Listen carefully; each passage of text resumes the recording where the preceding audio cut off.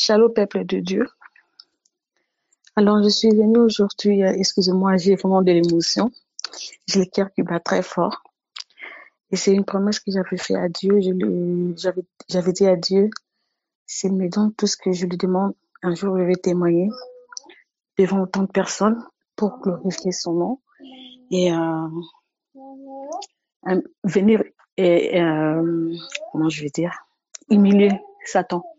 Parce que des fois on croit il y a les gens qui croient que non, la honte qui nous afflige, c'est pour toute la vie. Mais il y a un jour que notre Dieu s'élève et si on a la foi, tout se réalise dans notre vie.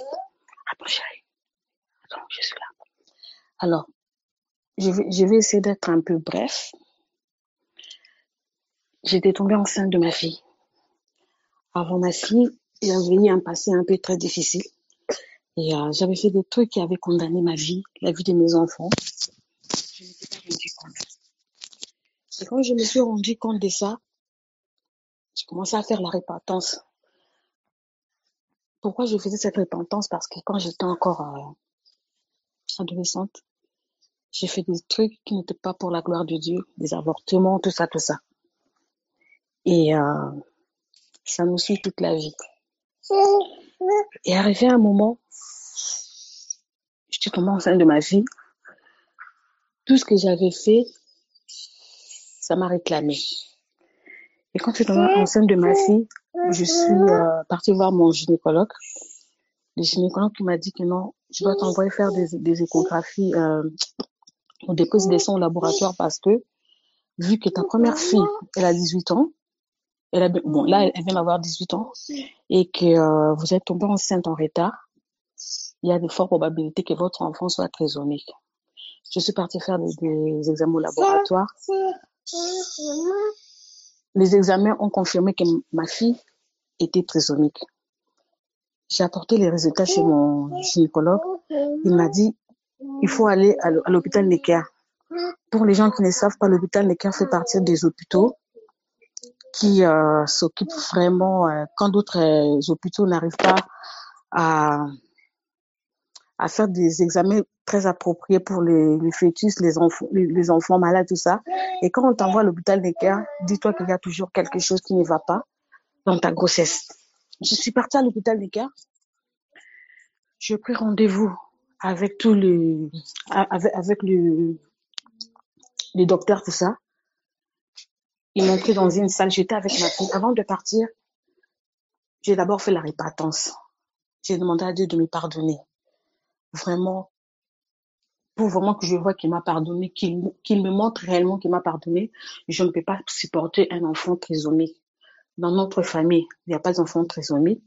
Et dans la famille de son père, il n'y a pas ces cas-là. Et comme j'avais l'habitude de faire des avortements, le monde de ténèbres m'a réclamé de ces côtés-là. Donc, au moment maintenant que je m'étais décidée d'avoir un enfant bien, c'est là maintenant que le monde des ténèbres m'a réclamé pour que je coule encore les sangs de cet enfant. Et moi, j'ai dit, je ne peux pas faire ça.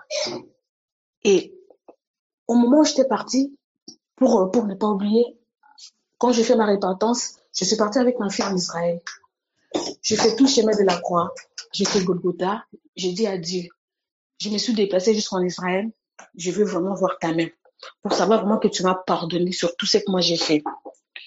Et quand je suis rentrée, après, bref, je suis tombée enceinte, tout ça, je suis partie à l'hôpital Necker. Le médecin m'a mis sur les lits. Ils m'ont dit, madame, nous avons tous les résultats de laboratoire. Le laboratoire, c'est un test qu'ils ont fait. Ils ont pris les sangs, ils ont pris les urines, donc ils ne peuvent pas se tromper. Et moi, dans mon cœur, j'ai refusé toujours. J'ai rejeté tout. J'ai dit, Seigneur, je ne veux pas. Si par tes mercure nous sommes sauvés, je veux que tu me fasses cette grâce-là, que j'ai cet enfant en bonne santé. Et ils m'ont prélevé le liquide amniotique. Le liquide amniotique, c'est le liquide qui enveloppe l'enfant pour que l'enfant se développe bien dans le ventre. Avant de faire ça, ils m'ont demandé de signer un document pour me dire que non, j'ai accepté que cette grossesse parte. Moi, j'ai dit non, moi, je n'accepte pas. Ma grossesse va évoluer. Et je suis confiante, je sais que mon Dieu ne va pas me laisser. Au fait, tous les médecins me regardaient comme si j'étais pas normale. J'ai signé les documents, mais au fond de moi, j'étais convaincue que les dieux que je sers, les dieux que j'ai toujours demandé qu'ils m'aident, il m'a jamais laissé. Et quand il me prélevait ces liquides-là, j'étais en état de gêne. Les liquides amniotiques, on m'a fait ça, j'étais déjà enceinte de 6 mois. Si je parle aujourd'hui, c'est pour édifier une femme. Il s'est dit peut-être elle a fait plein de bêtises dans la vie et que Dieu n'existait pas. Peut-être que Dieu ne peut pas le pardonner. Je fais partie de ces femmes-là qui j'avais toujours la foi. Je dis que Dieu un jour ne peut pas me laisser. Si on confesse avec plein de foi, notre Dieu est toujours là pour nous écouter. Ils m'ont prélevé, ils m'ont dit, Madame, on va vous donner le résultat dans une semaine. Je suis rentrée chez moi à la maison. Je n'ai pas oublié. Je disais toujours à Dieu, s'il te plaît, ne m'humilie pas devant les gens. Comment je vais faire si jeune que je suis? Je traîne avec un enfant malade. S'il te plaît, épargne-moi surtout de ça. Une semaine est arrivée, on ne m'a pas téléphoné. 2 semaines, on ne m'a pas téléphoné. Je me disais, alors là, patience, à 6 mois, tu ne peux même plus avorter. Donc, tu es obligé de traîner un enfant malade. Je priais toujours Dieu, je priais avec ma fille, on priait, on mettait des louanges, je mettais des adorations.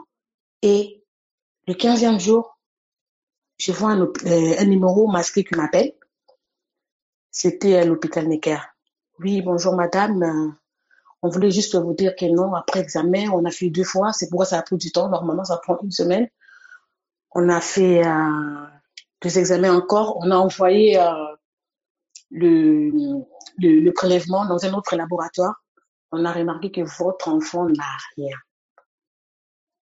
Donc, votre enfant évolue dans de très bonnes conditions. Et au fond de moi, j'ai entendu une voix qui m'a dit, tu es ma fille, je t'ai écoutée. Et je me suis vite rappelée, je me suis dit, tiens, je l'avais dit, s'il m'est donné un enfant en bonne santé, un jour, je vais le témoigner. Et c'est pas fini. La grossesse, elle a évolué. Son papa ne vit pas avec moi. Il est un peu loin de moi.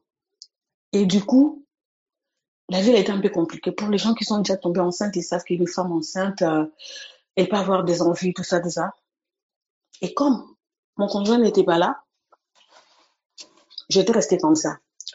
Et arrivé à l'hôpital, il y a encore la réclamation du monde des ténèbres qui est venu réclamer ma fille.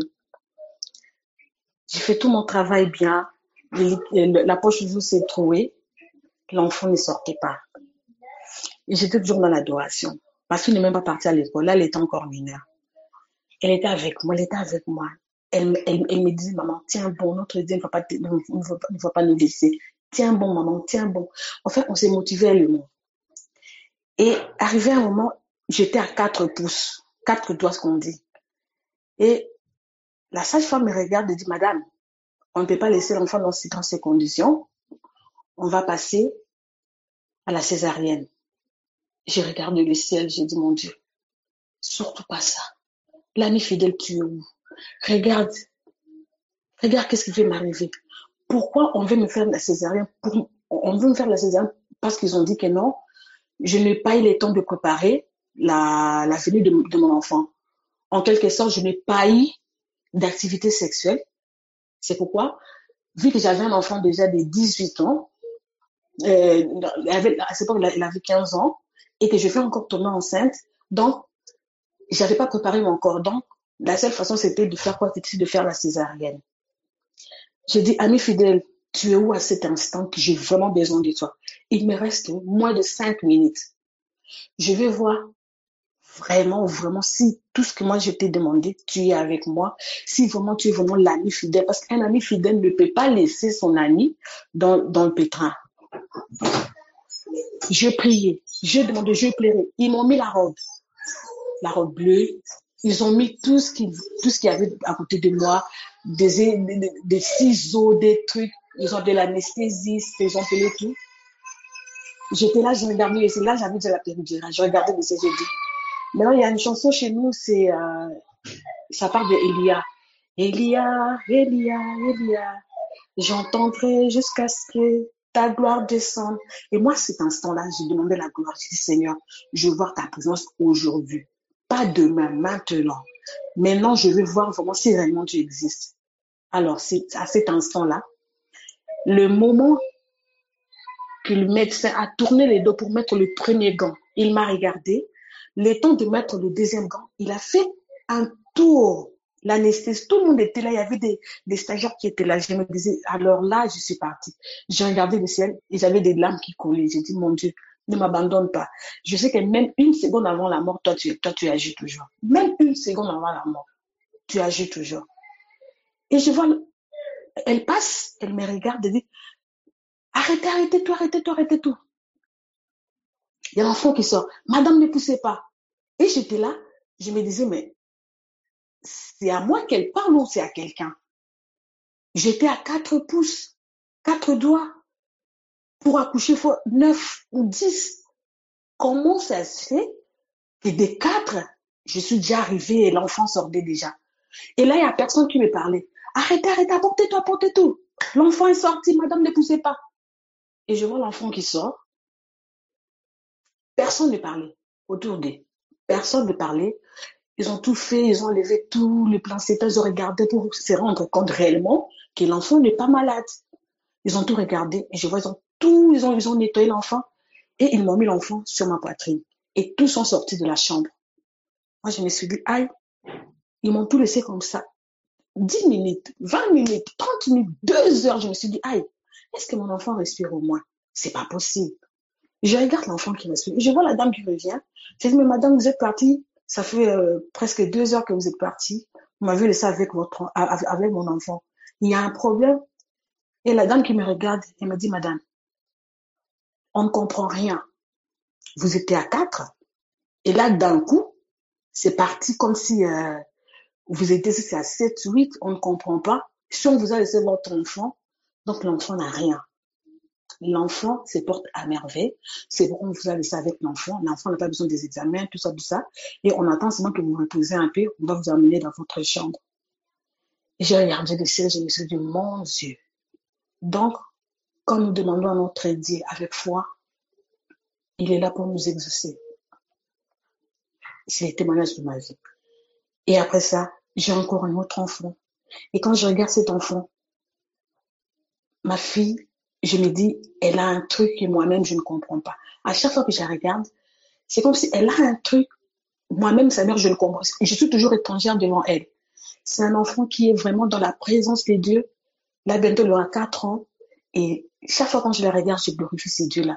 C'est comme si elle m'a apporté un truc qui manquait dans ma vie. Et je glorifie toujours Dieu. Si je suis en train de témoigner aujourd'hui, c'est pour édifier une femme qui a peut-être perdu de l'espoir, qui s'est dit que non, elle a fait beaucoup d'avortements, qu'elle a fait ci, qu'elle a fait ça. Mais quand nous confessons devant notre Dieu, c'est un Dieu qui pardonne. Et c'est bien de rester dans la présence de Dieu parce que c'est Dieu, il est l'idée qui agit hier, qui agit aujourd'hui et qui agira demain pour une femme qui est dans la tourmente, une femme qui a perdu espoir. Et c'est mon témoignage d'aujourd'hui. Que Dieu vous bénisse.